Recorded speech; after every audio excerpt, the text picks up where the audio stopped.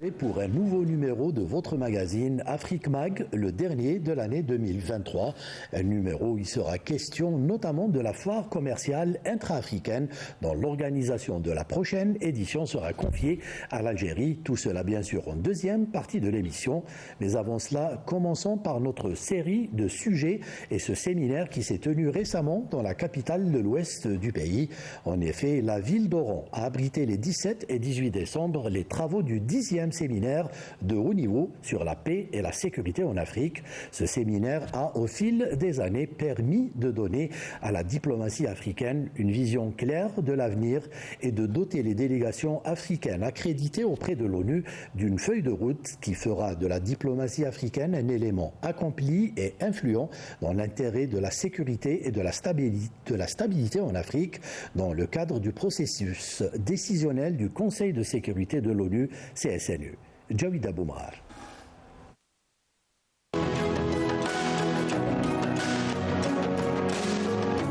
Les participants au séminaire de haut niveau sur la paix et la sécurité en Afrique ont mis en avant le rôle majeur que joue le processus d'Oran dans la prise de décision et pour trouver des solutions africaines aux problèmes auxquels est confronté le continent. En ce 10e anniversaire du processus d'Oran, nous sommes toujours engagés à continuer le processus de communication, de coordination et d'échange de points de vue entre les membres africains du Conseil de sécurité et les pays du Conseil de sécurité et de la paix en Afrique. Et c'est ce qui va donner à notre continent une meilleure place. Durant ces 2 derniers jours, nous avons eu l'occasion de discuter des changements anticonstitutionnels, le terrorisme et l'extrémisme, et ce que l'on pourrait adopter comme action commune en coordination avec l'Algérie pour garantir la stabilité à notre continent. Les différentes thématiques traitées durant ce séminaire ont permis d'engager un réel débat sur les défis auxquels font face les pays africains et les voies et moyens de les solutionner d'une manière inclusive et efficace. ومن جانبها كدت الجزائر على الالتزام الذي قطعه رئيس الجمهورية السيد عبد المجيد تبون بأن L'Algérie réaffirme son engagement pris par le président de la République, Abdelmajid Tebboune, attestant qu'elle œuvrera à faire entendre la voix de l'Afrique au sein du Conseil de sécurité de l'ONU. L'Algérie veillera à représenter le continent africain de la meilleure des manières. Elle œuvrera sans relâche à défendre les intérêts communs et les aspirations des pays africains. L'Algérie restera toujours fidèle aux principes, aux valeurs, aux ambitions et aspirations africains consacrés par la charte constitutive de l'Union africaine.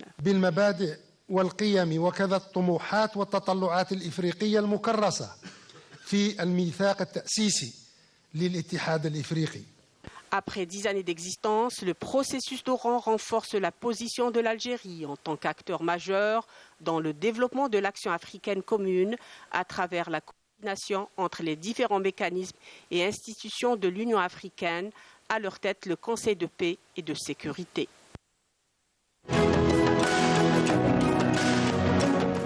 La digitalisation opère des révolutions dans les domaines de l'éducation, l'inclusion financière, l'agriculture et les soins de santé en Afrique. Le Bénin, qui se veut un hub du numérique en Afrique, a abrité les 28 et 29 novembre 2023 à Cotonou la conférence de l'Afrique de l'Ouest sur l'infrastructure numérique et la cybersécurité. À cette occasion, les opportunités de l'intelligence artificielle dans le domaine de la santé ont été explorées. Yasmine Mesroudi.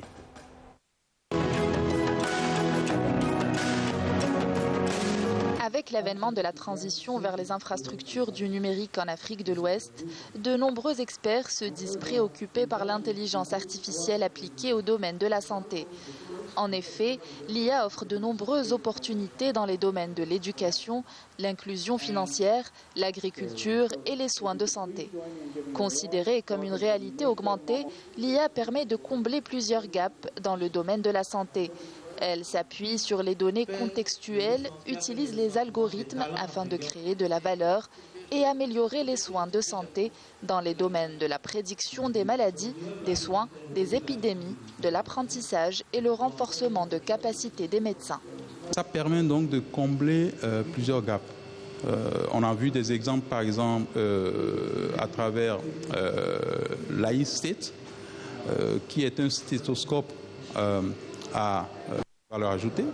Quand vous voyez, ça permet, par exemple, de combler le gap de l'absence de médecins dans un village reculé où on n'a qu'un stéthoscope avec une application fonctionnant sur une tablette ou bien un téléphone mobile.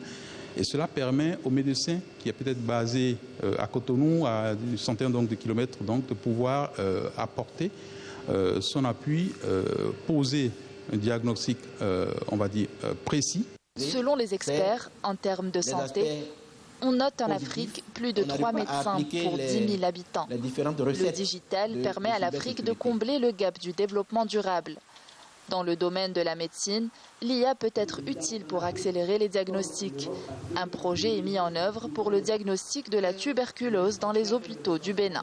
Nous avons une participante qui a exposé un projet pour le diagnostic de la tuberculose avec l'hôpital Lazare sur la base de données d'images qu'ils ont collectées à travers toute l'Afrique. C'est des applications qui sont rapides et extrêmement utiles, qui éliminent les marges d'erreur, et aussi la disponibilité des médecins peut être taclée grâce à ces usages-là. À noter que le Bénin organise des challenges liés à la transformation digitale auxquels le pays est embarqué depuis 2016. En vue de discuter des sujets liés à la problématique de l'impact de la transition vers l'infrastructure numérique à travers l'éducation, l'inclusion financière, l'agriculture et les soins de santé. Le Bénin a accueilli les 28 et 29 novembre 2023 à Cotonou la conférence de l'Afrique de l'Ouest sur l'infrastructure numérique et la cybersécurité.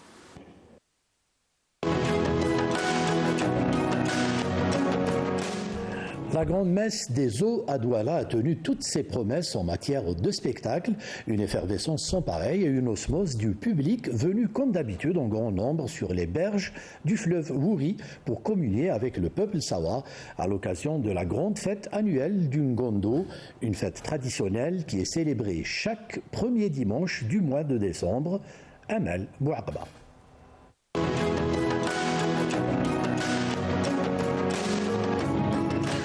3 décembre, la communauté Sawa du Cameroun est venue massivement aux berges du fleuve Wouri, assister et participer à la fête du Ngondo sous le thème Kodamboa, qui signifie en français l'amour de la patrie. Les temps forts de la manifestation ont été la lutte traditionnelle qui a abouti à la victoire du canton Ndjonjo dans la catégorie poids lourd sur celle du canton d'Eido.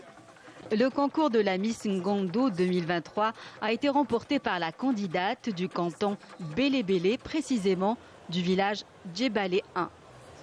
Je suis très heureuse, très contente déjà parce que mes efforts, ils ont été récompensés avec l'aide de mes encadreurs, ma marraine, ma famille et Dieu. L'autre rituel, la course des pirogues, a quant à elle été remportée par l'équipe des piroguiers du Mongo Malokula, suivie de celle d'Unkam. Depuis 10 ans, le canton du Mongo n'assiste plus à cet événement. Après 10 ans d'absence, nous sommes satisfaits de cette victoire.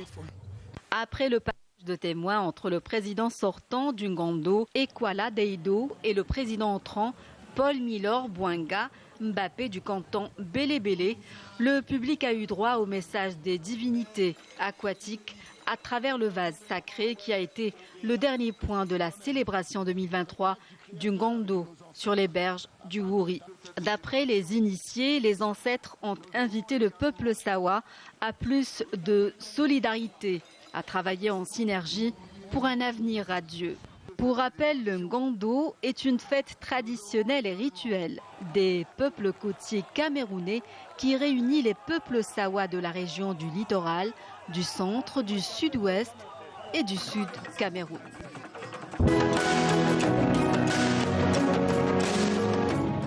La journaliste et auteure camerounaise Hortense Assaga a présenté le 7 décembre à la librairie aux 4 vents de Dakar son livre intitulé « Made in Africa dans ma valise ».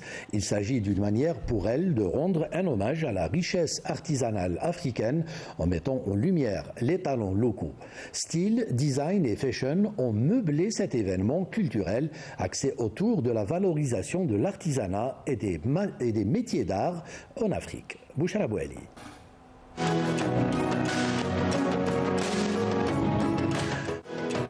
Journaliste, auteure et collectionneuse camerounaise, Hortense Assaga vous fait voyager au cœur de la créativité africaine avec le lancement de son ouvrage intitulé Made in Africa dans ma valise, du 7 au 9 décembre, librairie aux 4 vents de Dakar.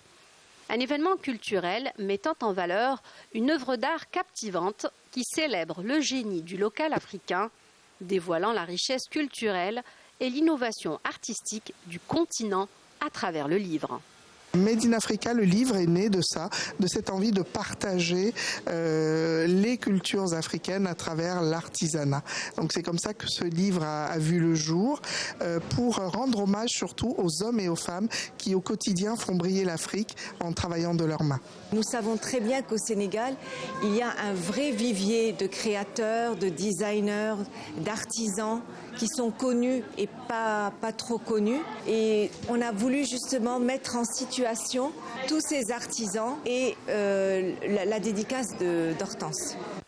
Exploration de récits visuels, d'objets esthétiques authentiques et éco-responsables venus d'Afrique, l'ouvrage promeut le savoir-faire des créateurs africains qui savent allier habilement tradition et modernité.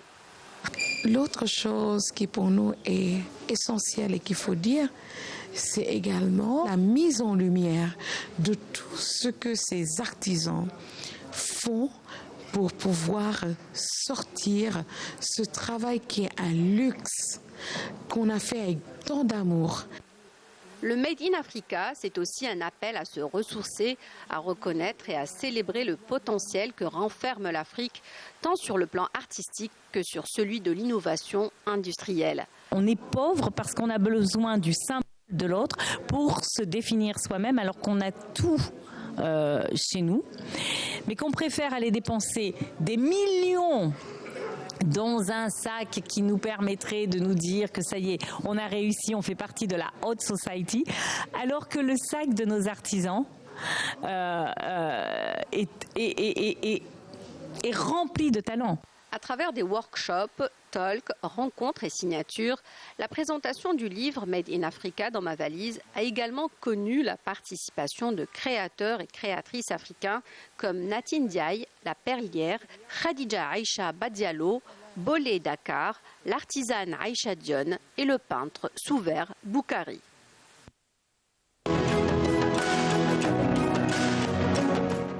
Cela fait plus d'une année que le jeune Ivoirien parcourt l'Afrique à vélo. Âgé de 25 ans, Karim Kaboré a déjà parcouru 38 pays sur les 54 que compte le continent. À Kigali, la capitale rwandaise, il a été accueilli par la communauté ivoirienne où il a participé à plusieurs activités, notamment la journée sans voiture dans la capitale rwandaise. Un concept qu'il a apprécié et qui rime bien avec son message de sensibilisation au changement climatique. Yamina Saïdji.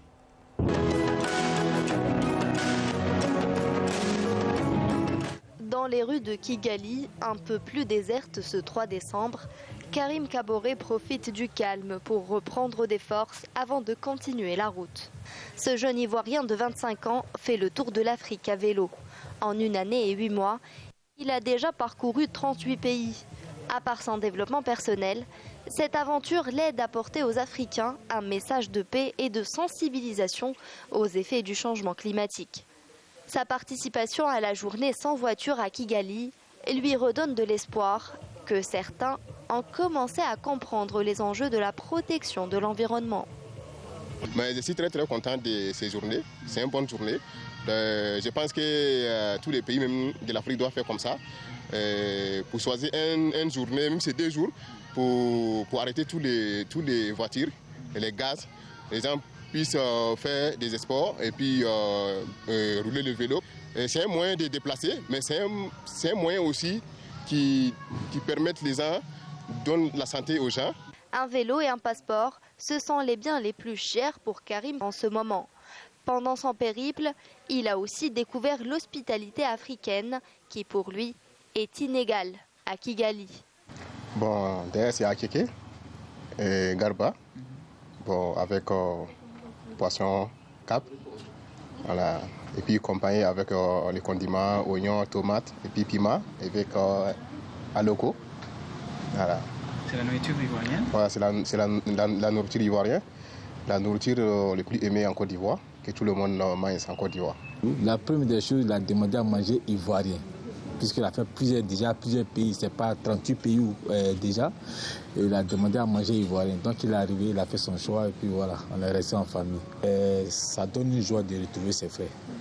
Surtout, l'ivoirien qui fait le tour d'Afrique, c'est la première fois que je vois ça et vraiment, je suis vraiment content pour lui. Selon ses estimations, il reste à Karim une année pour parcourir le reste du continent, soit 16 pays. À l'heure où le monde parle des effets du changement climatique, Karim Kaboré espère que cette aventure puisse inspirer des jeunes Africains à comprendre, mais aussi à penser aux actions pour lutter contre le changement climatique sur le continent. Au terme de son voyage, il voudrait sortir un livre pour documenter toutes les leçons apprises.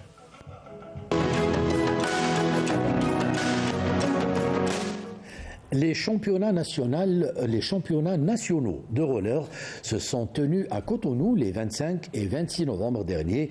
Des athlètes issus des associations sportives affiliées à la Fédération béninoise de roller se sont mesurés à travers des compétitions de freestyle et roller de course.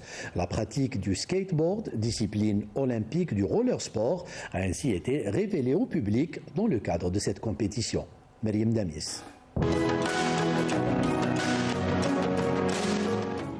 Le roller est un sport qui révèle de plus en plus de talents au Bénin. Enfants et adolescents s'intéressent davantage à cette discipline. Celle-ci demeure une activité qui forge le développement personnel, promeut les valeurs sportives et la discipline du groupe. De nombreux parents perçoivent de plus en plus l'importance d'inscrire leurs enfants dans les clubs de roller. Grand passionné de ce sport, cet enseignant de mathématiques a réussi à faire aimer cette discipline à ses enfants au point de participer aux différents championnats nationaux de roller. Des compétitions qui permettent d'évaluer le niveau technique de la pépinière et des athlètes de cette discipline. Bon, le roller, c'est un sport que j'aime particulièrement d'abord. Quand mes enfants ont manifesté le désir d'y adhérer, je les ai inscrits dans des clubs. Et ça me donne vraiment une fierté de les voir concourir comme ça. C'est une bonne chose pour moi de les voir. Je suis heureux quand je les vois courir comme ça. Dans sa vision de faire du Bénin une grande nation sportive, des réformes dans ce secteur ainsi que la construction d'infrastructures ont été mises en œuvre dans le pays. Concernant le roller, le Bénin s'est doté d'un skatepark pour l'organisation du championnat national. Le skateboard, qui constitue la discipline olympique de ce sport, a offert au public une démonstration de la pratique de la planche à roulettes par de jeunes skateurs. L'objectif est de révéler de nouveaux talents, une motivation supplémentaire pour les jeunes pratiquants.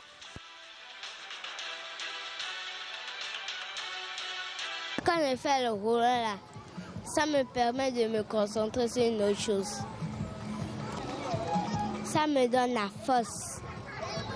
Je fais du roller sport pour gagner des médailles, pour être champion. À noter que la Fédération béninoise du roller prévoit une formation de formateurs en skateboard pour intéresser davantage d'athlètes à cette discipline olympique. Le Bénin est 4 fois champion d'Afrique à Lomé en 2017, en Égypte en 2018 et au Congo en 2019. L'équipe nationale de roller a réitéré l'exploit à domicile en 2021. Enfin, en terre égyptienne, les athlètes béninois ont été sacrés champions en roller acrobatique freestyle en 2022.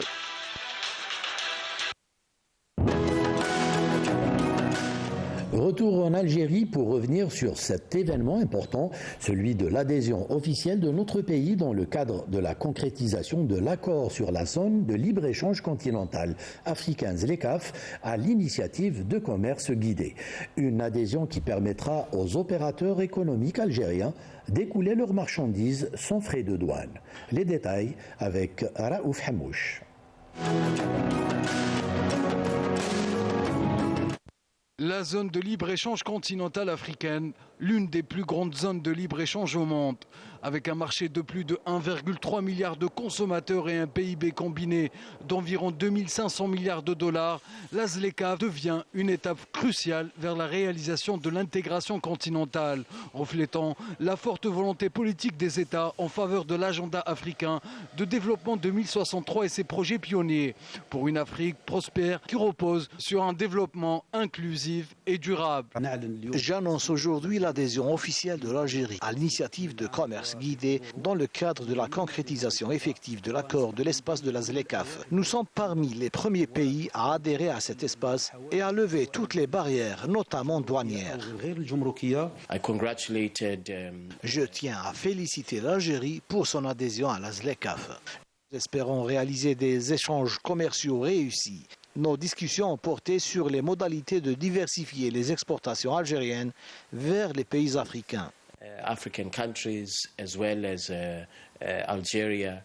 En vertu de cette adhésion, les opérateurs économiques algériens peuvent désormais effectuer des échanges commerciaux avec leurs homologues des pays partenaires de l'initiative, sans contraintes douanières, conformément à l'accord de la ZLECAf. Cette adhésion va permettre de renforcer l'économie nationale, notamment avec l'augmentation significative des exportations vers les pays africains. Le commerce extérieur national pourra en effet tirer profit notamment pour promouvoir les exportations algériennes hors hydrocarbures et de concrétiser les objectifs de l'accord de la ZLECAf qui vise à augmenter de manière significative le volume des échanges commerciaux entre les pays africains. Nous sommes déjà présents en Afrique. L'espace ZLECAf nous permettra de tirer profit pour promouvoir nos exportations vers les pays africains. C'est très encourageant pour la suite. En tant qu'opérateur économique, nous sommes optimistes quant au volume croissant des échanges. Pour rappel, les pays ayant adhéré à cette initiative à ce jour sont la Tunisie, l'Égypte, le Kenya, le Ghana, le Cameroun, le Rwanda, l'île Maurice et la Tanzanie.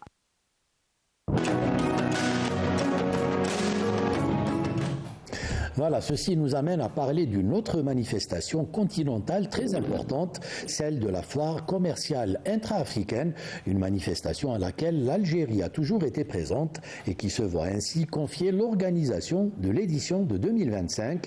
Et pour en parler, je vous propose de rejoindre notre invité, mais avant cela, jingle.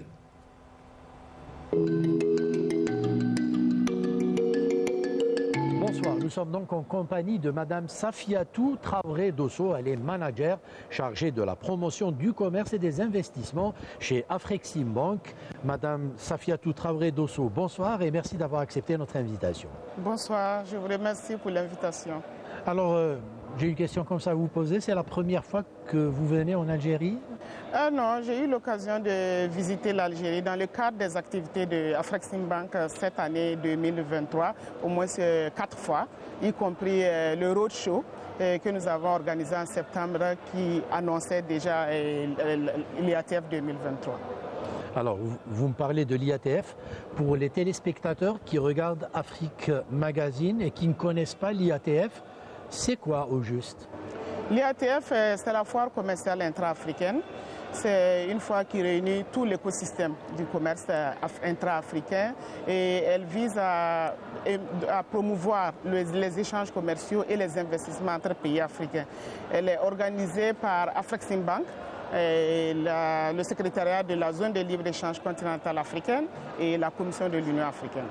Alors, Afreximbank aussi, si vous deviez nous dire c'est quoi Afreximbank en 2 mots pour les téléspectateurs? En 2 mots, Afreximbank, c'est la banque africaine d'export-import.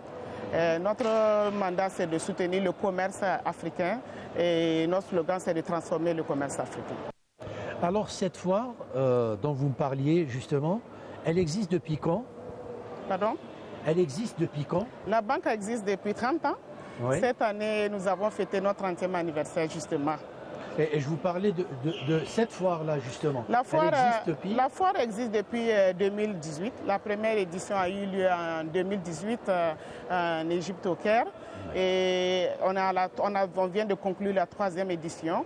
Et on espère que la 4e édition va aussi donner de bons succès. Alors, Madame Safi, cette foire, une foire au sens classique du terme ou ça comporte aussi d'autres composantes? Non, il faut dire que la foire commerciale intra-africaine, c'est une foire pas du tout classique. Elle est même très complexe en termes de foire parce qu'on a la partie foire et exposition. On a également un forum d'investissement et du commerce qui a lieu pendant la foire. Nous avons également un volet B2B parce qu'il ne faut pas oublier que Afreximbank, c'est d'abord une banque et que l'intention de la foire, c'est de promouvoir le commerce intra-africain. Donc cela se fait que par des échanges et des rencontres B2B, business avec business et avec des gouvernements également. Et nous avons également une composante jeune start-up de l'Union africaine. Nous savons très bien que le continent africain, il est très jeune. Donc les jeunes ne sont pas du tout en reste. Nous avons un volet jeune start-up et nous avons un programme sur les industries créatives. On part d'un constat simple. En Afrique, nous avons beaucoup d'acteurs qui sont dans les industries créatives et culturelles, mais très peu vivent de leur art. Donc on est parti d'un constat. Il fallait soutenir ce domaine. Donc c'est l'industrie créative avec des vecteurs tels que l'art, l'artisanat, la musique, le sport, le cinéma. Et cette année, nous avons introduit le volet gastronomie et art culinaire. Et un autre volet de la foire, qui n'est pas du tout en reste, c'est le programme des acheteurs que nous avons lancé également cette année, qui fait une rencontre entre les acheteurs et les vendeurs sur le continent africain. Parce que nous consommons et nous allons souvent chercher plus loin ce qu'on peut trouver sur le continent. Donc la banque a mis en place tout un programme des acheteurs où nous répertorions les acheteurs et nous leur montrons les potentialités qui existent en Afrique. Et si c'est possible qu'on le prenne en Afrique, on le prend en Afrique. Et les deux derniers volets, c'est la partie virtuelle. C'est vrai que la foire, elle se tient chaque 2 ans. Et elle se tient sur 7 jours, mais elle se tient 365 jours sur 365 sur la plateforme numérique. C'est la foire, c'est la version numérique, exactement comme ce qui se passe. Voilà. Dans l'ère du numérique. Dans l'ère du numérique, c'est pour ceux qui ratent les rendez-vous, qui veulent continuer les engagements, c'est vraiment 367 jours sur 360, avec toutes les composantes de la foire physique également, mais numérique cette fois-ci. Alors justement, revenons à cette foire. Elle intéresse tous les pays africains ou est-ce qu'il y a des pays qui n'ont pas encore manifesté leur intérêt pour participer à cette foire? Ah non, il faut dire que la foire, elle suscite un engouement vraiment au niveau des pays africains. Et c'est tout à notre honneur parce que les pays africains, il faut le reconnaître, ont compris qu'il est temps de se refocaliser sur nous-mêmes. Il est temps de se reconcentrer, de se donner la main. Donc c'est un rendez-vous, c'est devenu vraiment le rendez-vous à ne pas manquer des pays africains. Et puis donc, le marché africain le marché africain, il est vraiment grand. Donc nous avons de plus en plus de gens qui montrent, des pays africains qui montrent leur intérêt. Mais nous ne sommes pas fermés. Nous accueillons également en termes de participation d'autres pays du reste du monde. Très bien. Alors là, c'est pour la participation. Maintenant, pour les pays qui voudraient organiser cette foire, j'ai une question toute simple.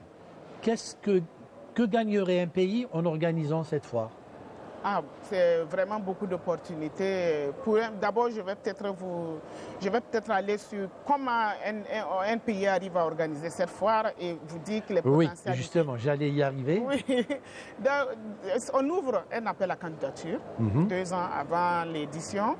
Et les pays qui sont intéressés vont faire des manifestations d'intérêt. Ils vont envoyer leur candidature, le dossier complet, un dossier complet pour exprimer leur désir d'accueillir la foire. Et il y a toute une équipe qui analyse après les dossiers théoriques que nous recevons et nous faisons une présélection. Et lorsque nous faisons une présélection, pas au niveau de la banque, comme je vous l'ai dit, c'est quand même 3 entités et l'organisation de la foire est chapeautée par un conseil consultatif qui réunit les acteurs les institutions comme Afreximbank, le secrétaire des États, mais également d'autres banques, d'autres partenaires institutionnels et même du secteur privé.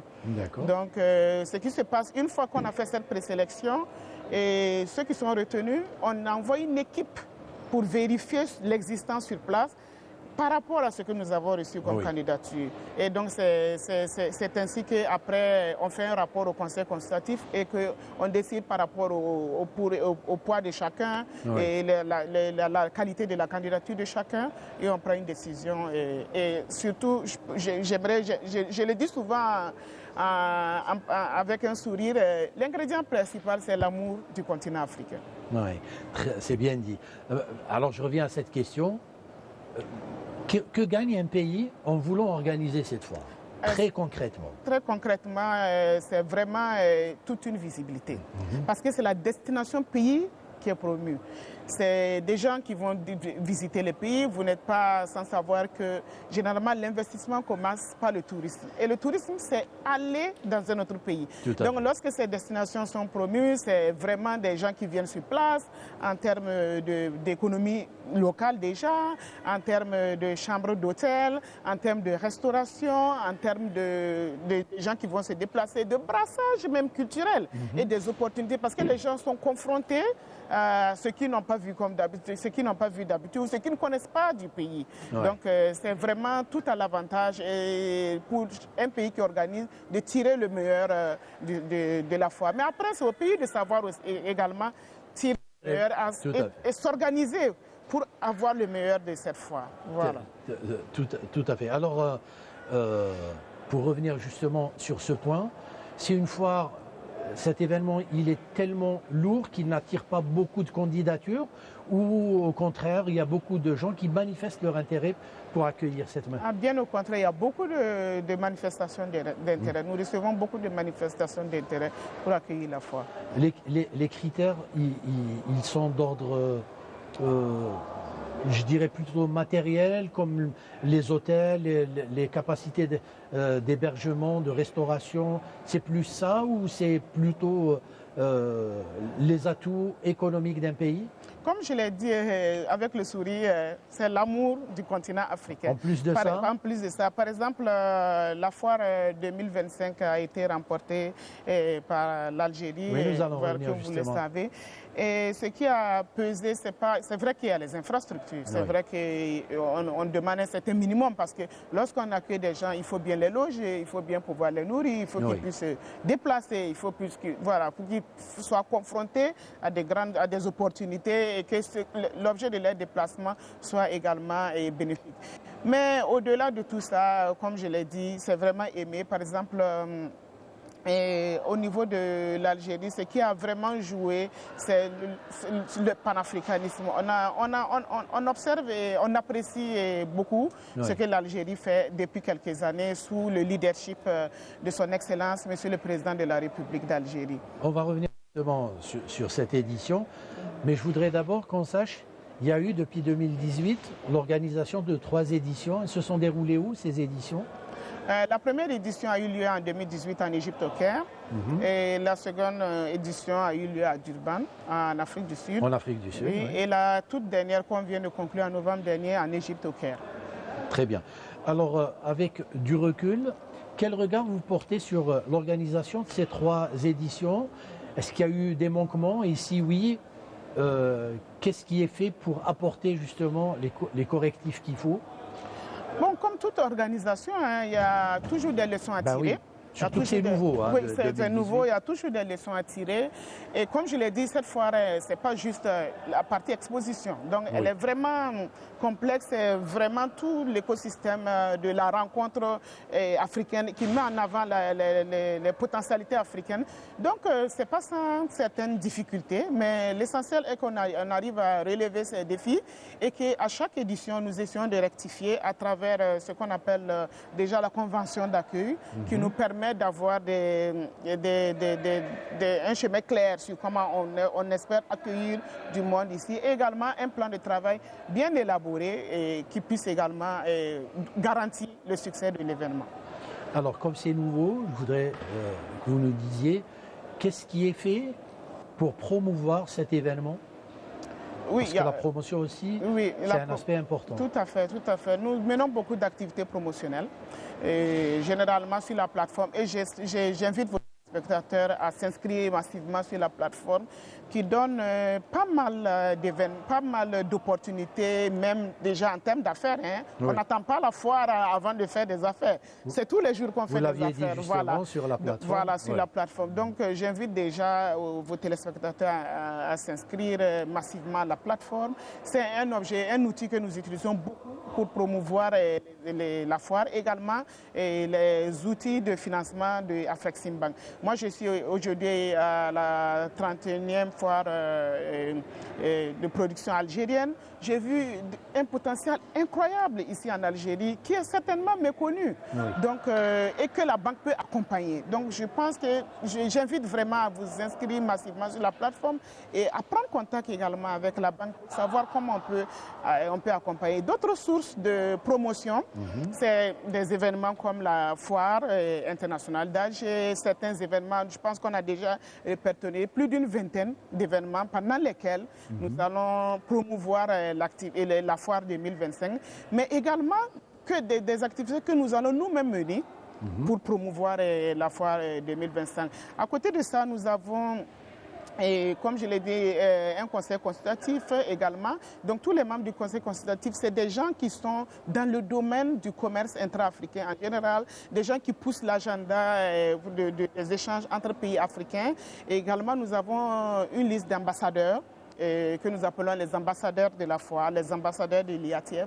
Donc eux, leur mission, c'est généralement les agences de promotion, d'exploitation et d'investissement. Leur mission, c'est promouvoir la foire africaine en général. Donc voilà quelques éléments de promotion. Comme ambassadeur, puisque vous parlez d'ambassadeurs, on peut penser par exemple à des personnalités sportives, culturelles, pour faire cette promotion? Tout à fait. Et je compte bien sur vous également pour mobiliser les stars du football algériennes et dans plusieurs domaines d'ailleurs, et les hommes d'affaires également, pour promouvoir la foire. Alors, on parlait de l'Algérie. L'Algérie a participé aux 3 éditions de cette foire. Aujourd'hui, elle a manifesté son désir d'accueillir justement la prochaine édition, celle de 2025. Une candidature qui a été acceptée. Qu'est-ce qui a vraiment pesé?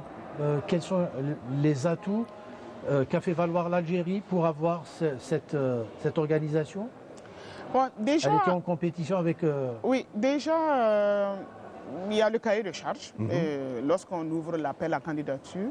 Donc déjà, il faut savoir que l'Algérie a rempli les conditions pour qu'elle puisse être choisie. Oui. Mais comme je dis, au-delà de ça, il y a d'autres pays qui remplissent les conditions, certainement. Oui. Si on veut parler simplement en termes d'infrastructure, en termes de disponibilité hôtelière, en termes de production, en termes d'autres choses qu'on peut faire que par la technologie et autres.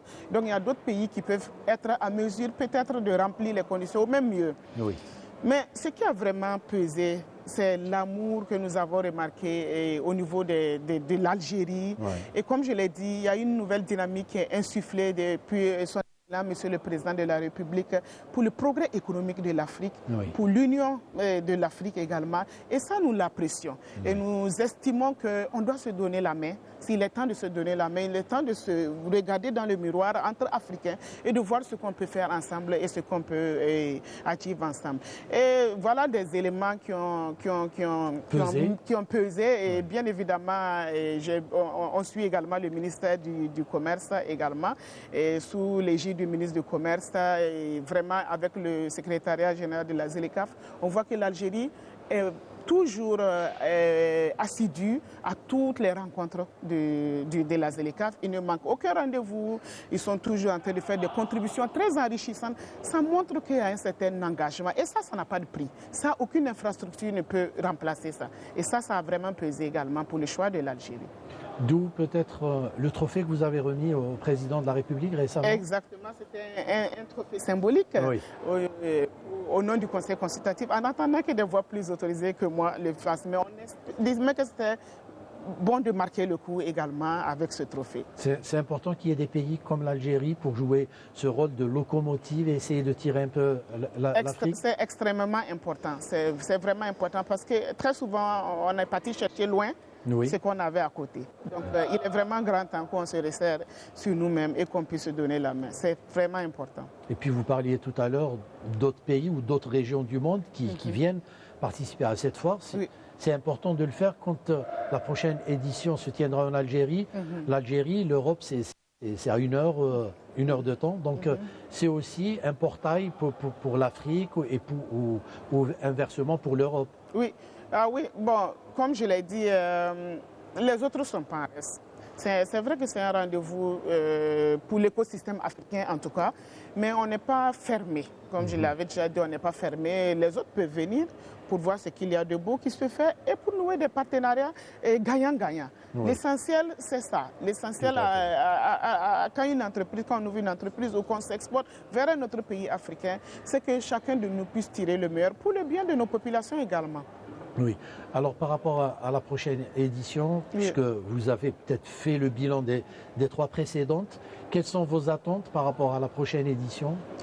La prochaine édition, nous espérons vraiment que l'Algérie va jouer son rôle potentiel de moteur de croissance et de promotion du commerce et des investissements intra-africains.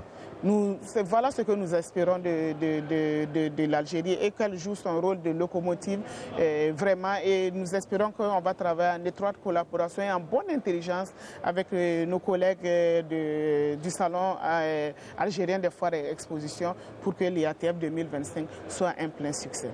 Alors, Madame Safiatou, si vous deviez conclure cet entretien, vous diriez quoi? Vous êtes optimiste par rapport à l'avenir de l'Afrique?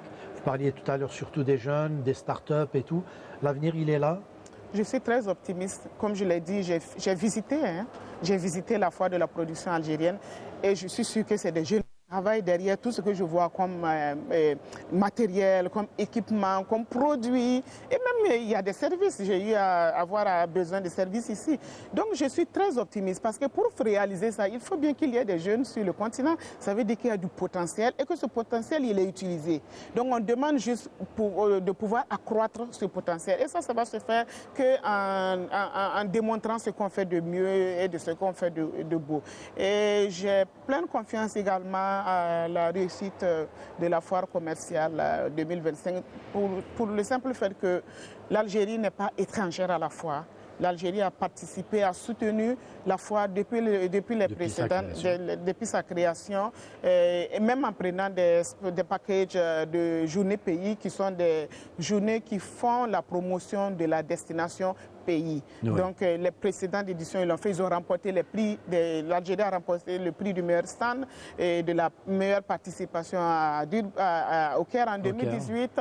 Et à Durban, en Afrique du Sud en 2021. Et cette année également, l'Algérie a remporté le prix du stand le plus innovant. Donc nous savons que l'Algérie connaît très bien le produit IATF et nous savons que l'Algérie est vraiment, à travers le ministère du Commerce et le bras technique de la SAFEX, est un habitué des grands événements. Donc nous avons foi que 2025, ça sera une étape de plus vers la mise en place de la ZLECAf, d'autant plus que la foire commerciale intra-africaine, c'est la place de marché de la ZLECAf. Très bien, merci beaucoup Madame Safiatou Traoré Dosso. Je rappelle que vous êtes manager chargé de la promotion du commerce et des investissements auprès d'Afrexim Bank. Merci beaucoup. Au plaisir de vous revoir une autre fois chez nous en Algérie. Je vous remercie, c'est toujours un plaisir pour moi. Merci. Merci. Voilà, ainsi s'achève ce numéro d'Afrique Mag. Merci à toute l'équipe technique du Studio 2. Merci à notre script Siham Mahafa, à notre réalisateur Mohamed Boulis. Et enfin, merci surtout à vous de nous avoir suivis. Nous vous donnons rendez-vous pour un autre numéro. D'ici là, portez-vous bien et portez soin. Mince. زيارك داخل. كي قلتي لي طول. نكمل ديريكت هاك. Ah, ok. Tu qui route l'air entre le montage. Voilà, ainsi s'achève ce numéro d'Afrique Mag. Merci à toute l'équipe technique du Studio 2. Merci à notre script Siham Mahafa, notre réalisateur Mohamed Boulis. Et surtout, merci à vous de nous avoir suivis. Nous vous donnons rendez-vous pour un autre numéro. D'ici là, prenez soin de vous et excellente soirée. Au revoir.